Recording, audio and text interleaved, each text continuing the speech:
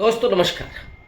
राहुल गांधी इस समय अमेरिका में है और अमेरिकी दौरे को लेकर के राहुल गांधी के वक्तव्य को लेकर के भारतीय जनता पार्टी बेहद तिलमिलाई हुई है। दरअसल राहुल गांधी ने बोस्टन में जो ब्राउन यूनिवर्सिटी है उसके छात्रों के साथ संवाद करते हुए, वहां के स्कॉलर्स के साथ संवाद करते हुए महाराष्ट्र में चुनाव में जो हुई धांधली है उसकी तरफ उन्होंने खुल करके बोला, तथ्यात्मक रूप से बोला।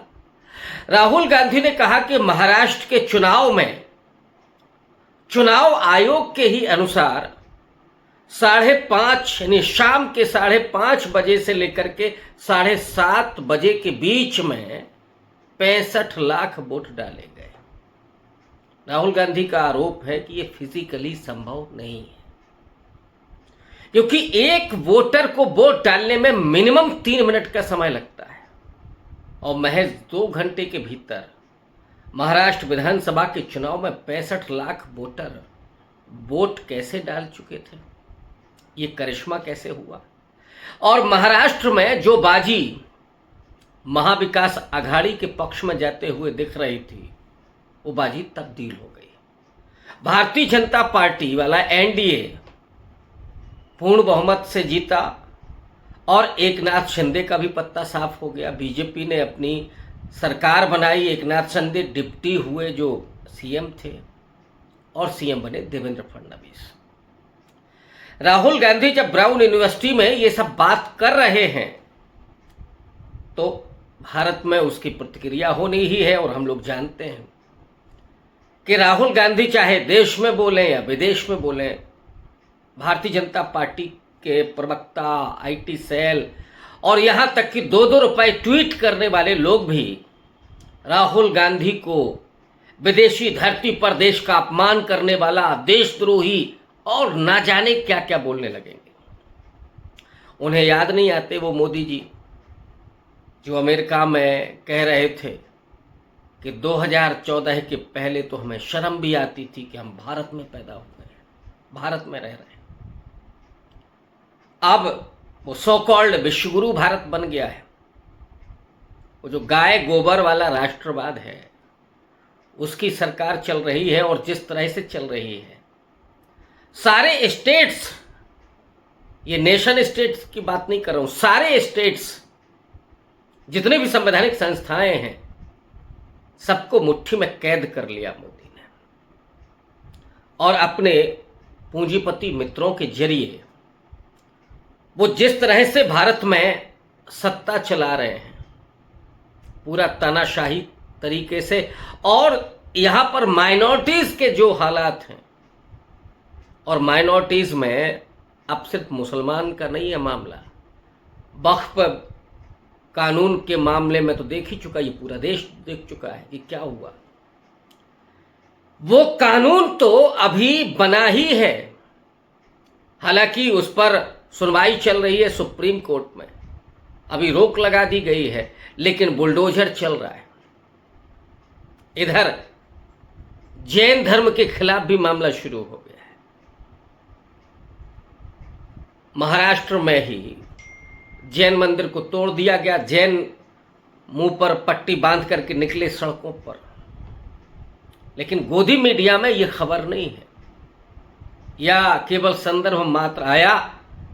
जैनियों पर भी, वो जैनी जो बीजेपी के साथ खुल करके खड़े, अपने आप को हिंदू कहने लगे, हिंदू राष्ट्रवादी कहने लगे, उन जैनियों के साथ भी ये जो संघी प्रोपेगेंडा है और संघी अटैक है, नागपुरिया अटैक है, वो काम कर रहा है।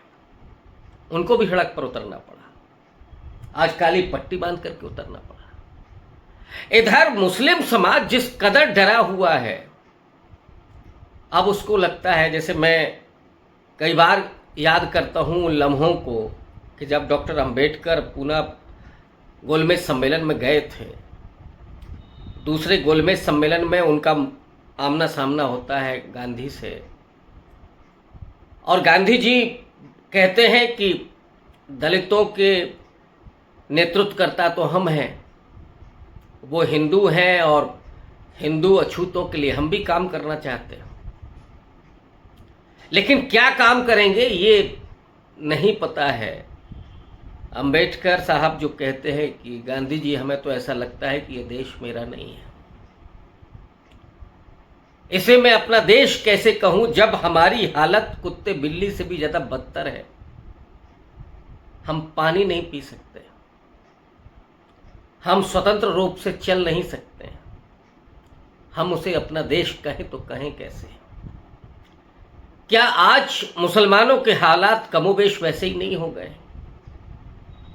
रात दिन उनको अपमानित करना, पाकिस्तानी देशद्रोही और न जाने क्या क्या कहना, मस्जिदों के सामने अश्लील गालियां, अश्लील गाने और मस्जिदों पर भगवा लहरा देना, मस्जिदों को तोड़ देना, क्या यही भारत है? क्या यही कल्पना की थी उन स्वाधीनता संग्राम सेनानियों ने, जिन्होंने कई कई साल जेलों में गुजारे, कई लाख लोग मर गए, भगत सिंह जैसे लोग फांसी पर चढ़ गए, सावरकर जैसे दलाली करके वो अंग्रेजों से के साथ मिल करके उनके समर्थन में लोगों को फौज में भर्ती होने के लिए प्रेरित कर रहे थे, अंग्रेजों के साथ खड़े होकर के 50 रुपया 60 रुपया पेंशन ले रहे थे। उनके लोग, उस विचारधारा के लोग आज सत्ता में हैं। वो राहुल गांधी को कह रहे हैं कि राहुल गांधी तो भारत का अपमान कर रहे हैं, देशद्रोह कर रहे हैं। ये सवाल जब आज आरजेडी के प्रवक्ता झा साहब से पूछा गया तो उन्होंने कहा कि ये सवाल गलत है या विदेशी धरती पर यह कहा गया है इसलिए गलत है। मनोज झा ने जब ऐसा पत्रकारों से पूछा तो पत्रकारों के पास जवाब नहीं था। सवाल इस बात का है कि राहुल गांधी जिस बात को कह रहे हैं उस पर जवाब चुनाव आयोग क्यों नहीं दे रहा है? चुनाव आयोग से जो डिटेल मांगी गई थी उससे उसने इनकार क्यों कर दिया? बंगाल से लेकर के दूसरे राज्यों में क्यों चुनाव आयोग पर यह आरोप लग रहे हैं कि चुनाव आयोग वोटर लिस्ट में हेराफेरी कर रहा है? तमाम वोटर्स के नाम गायब हो रहे हैं जो खास करके विपक्ष से जुड़े हुए हैं, जो माइनॉरिटी के वोटर्स हैं, जो दलित वोटर्स हैं, जो पिछड़े वोटर्स हैं, ऐसी जातियों के जो बीजेपी के खिलाफ खड़े हुए। हालांकि इस समय तो दलित पिछड़े समूचे रूप से बीजेपी के खिलाफ खड़े हुए दिखाई दे रहे हैं। इनके नाम वोटर लिस्ट से गायब हो गए और लाखों लोगों के नाम वोटर लिस्ट में जुड़ गए। उसी महाराष्ट्र में जो करिश्मा हुआ था, 6 महीने के भीतर लाखों नाम जुड़ गए। 6 महीने पहले ही लोकसभा का चुनाव था। इस बीच में कई लाख, 50 लाख से ज्यादा वोटर नए कहां से आ गए, कैसे आ गए? ये करिश्मा था। लेकिन इसका सीधा फायदा बीजेपी को मिला और बीजेपी महाराष्ट्र में चुनाव लोकतांत्रिक तरीके से नहीं जीती है, असल में बेईमानी करके जीती है। ये बात राहुल गांधी यहां भी कहते रहे हैं और अब ब्राउन यूनिवर्सिटी में भी एक सवाल के जवाब में कह रहे हैं। बीजेपी में तिलमिलाहट क्यों है? और वो राहुल गांधी जो व्हाइट टी शर्ट मूवमेंट चला रहे थे, कल नीली टी शर्ट पहन करके पहुंच गए। इस समय भारत के एक ऐसे विचारक जिन जो आज भारत में तो आंदोलन और प्रतिरोध के प्रतीक बने हुए हैं, डॉक्टर अंबेडकर, उनकी पहचान वैश्विक पहले से रही है, लेकिन अब वो किरदार और उभर करके निखर करके आ रहा है। उसी अमेरिका के कोलंबिया यूनिवर्सिटी से डॉक्टर अंबेडकर को 1952 में जब डॉक्टरेट की डिग्री मिलती है तो जिन शब्दों को लिखा जाता है, संविधान निर्माता, मानवाधिकार कार्यकर्ता, राज्यसभा सदस्य, कानून मंत्री, ये तमाम तमगे उनको मिलते हैं। और उसने स्वर्णाक्षरों में यह भी लिखा कि अब तक का सबसे मेधावी छात्र कोलंबिया यूनिवर्सिटी का डॉक्टर अंबेडकर। वो अंबेडकर आज वैश्विक पटल पर भारत में जो बहुजन है, जो वंचित है, जो अल्पसंख्यक है, उसके संघर्ष का प्रतीक बन गए। उनका नाम, उनका नारा जय भीम का जो यूएनओ में भी लग चुका है। अमेरिका में लगातार स्टैच्यू बन रही है उनकी। एक दौर था जब गांधी करीब 90 देशों से ज़्यादा जगह पर गांधी जी के स्टैच्यू हैं। लेकिन आज जो बहुत समृद्ध देश हैं, हाईली एजुकेटेड जो जगहें हैं वहाँ पर डॉक्टर अंबेडकर की प्रतिमाएं लग रही हैं। जहाँ पर दलित भारत से जा रहे हैं, जो संघर्ष करके जो आगे बढ़ रहे हैं, और वहाँ पर जब कुछ स्थापित कर लेते हैं तो वो वहाँ पे डॉक्टर अंबेडकर की प्रतिमा स्थापित करवा रहे हैं।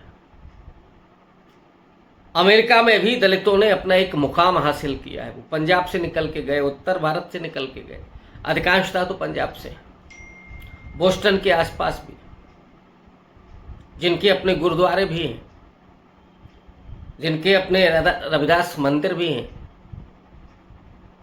जो बहुत ऊंची पढ़ाई करके बड़े उद्योगपति और बड़े व्यवसाय में हैं।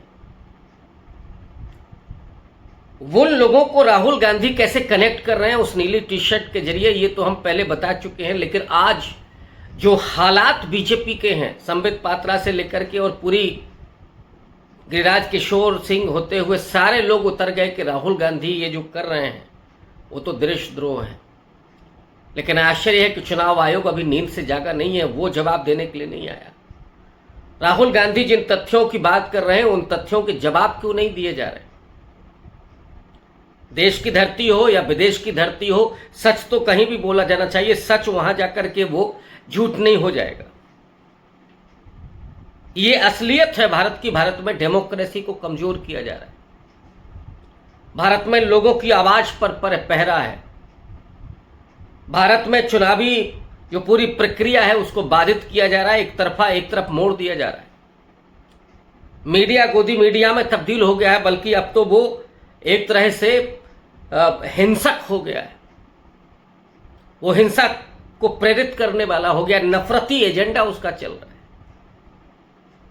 ये सारी संस्थाएं और पूंजीपतियों के हाथों देश की सारी संपदा बेचने में लगे हुए नरेंद्र मोदी। और नरेंद्र मोदी के बारे में कहना क्या गुनाह है, क्या देशद्रोह है?